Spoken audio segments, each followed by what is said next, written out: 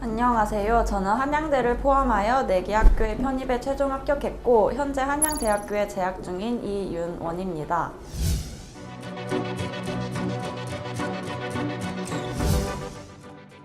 아직까지 한양대를 붙었다는 게 실감이 안 납니다. 처음엔 인서울 여대만 가도 진짜 잘 간 거다라는 생각으로 학원을 등록했는데 해커스의 좋은 교수님들, 좋은 커리큘럼 덕분에 너무나도 과분한 결과를 받은 것 같아 정말 너무 행복합니다.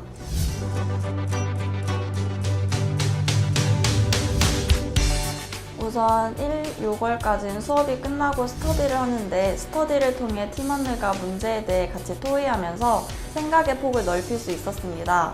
또 추가적으로 단어 테스트도 진행했는데 벌금을 걸면서 하니까 단어 하나라도 더 꾸역꾸역 넣을 수 있었습니다. 커리큘럼 같은 경우 학원 교재 구성도 잘 되어 있고 글자 그대로 단계별로 커리큘럼이 잘 짜여져 있어서 제 실력을 차곡차곡 쌓을 수 있었습니다. 특히 해커스는 타 학원 대비 담임 선생님 관리가 철저하다고 생각합니다. 저 같은 경우는 탑5 반에 있으면서 담임 선생님이 출석 관리를 철저하게 해주셨고 슬럼프가 왔을 경우에도 상담을 통해 많은 격려를 해주셨습니다.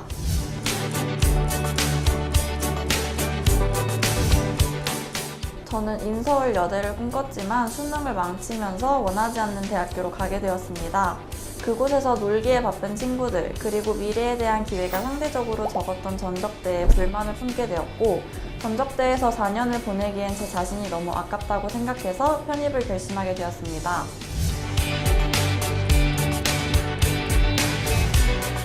어휘는 생활입니다. 손에서 단어장이 떠나면 안 됩니다. 버스에서 버스를 기다리면서, 학원 가면서, 음식을 기다리면서 끊임없이 단어를 받습니다. 저는 설거지를 할 때도 메모지를 붙여놓고 단어를 보면서 설거지를 했습니다. 단어를 외우려고 하시는 것보다 그냥 보는 것만으로도 충분합니다. 어차피 단어 볼 시간은 많습니다. 그냥 반복적으로 보면서 눈을 익히는 것으로도 충분합니다. 짬짬이 단어를 보는 것 외에도 저는 시간을 50분 정해놓고 학원에서 주는 복화책을 암기했습니다. 이건 저에게 맞는 방법이니까 참고만 하셨으면 좋겠습니다. 하지만 짬날 때마다 단어장은 꼭 보셨으면 좋겠습니다.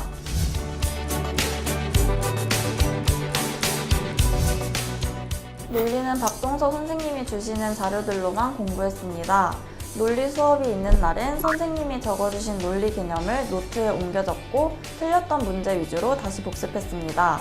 그리고 감을 놓지 않기 위해 매일매일 21문제씩은 꼭 풀었고 논리를 푸는데 필요한 개념 노트도 매일매일 보았습니다.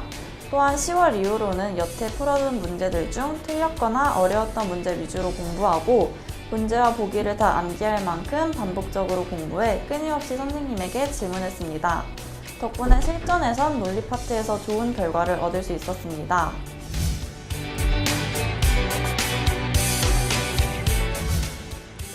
문법도 공재용 선생님이 주신 자료만 가지고 공부했습니다. 솔직히 정말 교수님이 자료를 너무 많이 주셔서 숙제도 다 못하고 갈 때도 몇 번 있었습니다. 그리고 문법은 정말 복습이 중요한 것 같습니다. 문법도 하루에 30문제 정도, 적어도 10문제 이상은 풀었고 일요일은 복습의 날로 정해서 다른 파트뿐만 아니라 일주일 동안 배웠던 문법 중 틀렸던 부분만 다시 복습하는 식으로 공부했습니다. 그리고 문법 개념들은 하루에 한 챕터씩 읽었습니다. 후반기로 갈수록 독해에 많은 비중을 두게 되는데 그때는 새로운 문제를 풀기보단 틀렸던 문제들 위주로 하루에 20-30문제씩 복습하고 관련 개념들을 한 번 더 보는 식으로 공부를 했습니다.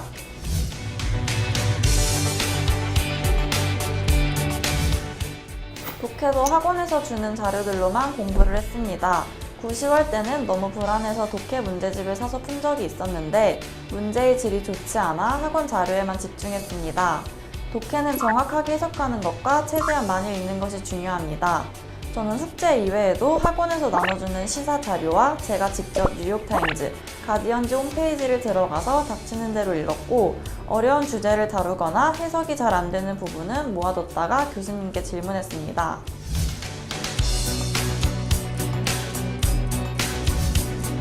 저는 1, 2월 달부터 너무 열심히 해서 5월 달부터는 지쳐서 슬럼프가 왔습니다. 그냥 슬럼프가 왔을 땐 놀았습니다.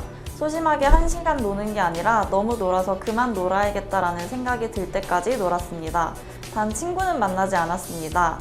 친구를 만나면 집으로 돌아온 후에도 그 잔상이 남기 때문에 공부에 집중할 수가 없어서 웹툰을 정주행하거나 그냥 혼자 쇼핑하는 식으로 놀았습니다. 그리고 저 같은 경우엔 8월달 때까진 토요일은 무조건 노는 날로 정하고 평일 동안 쌓인 피로를 풀곤 했습니다. 또한 성적이 잘 안 나올 땐 담임선생님이나 교수님 또는 가족들에게 고민을 털어놓으면서 슬럼프를 극복했습니다.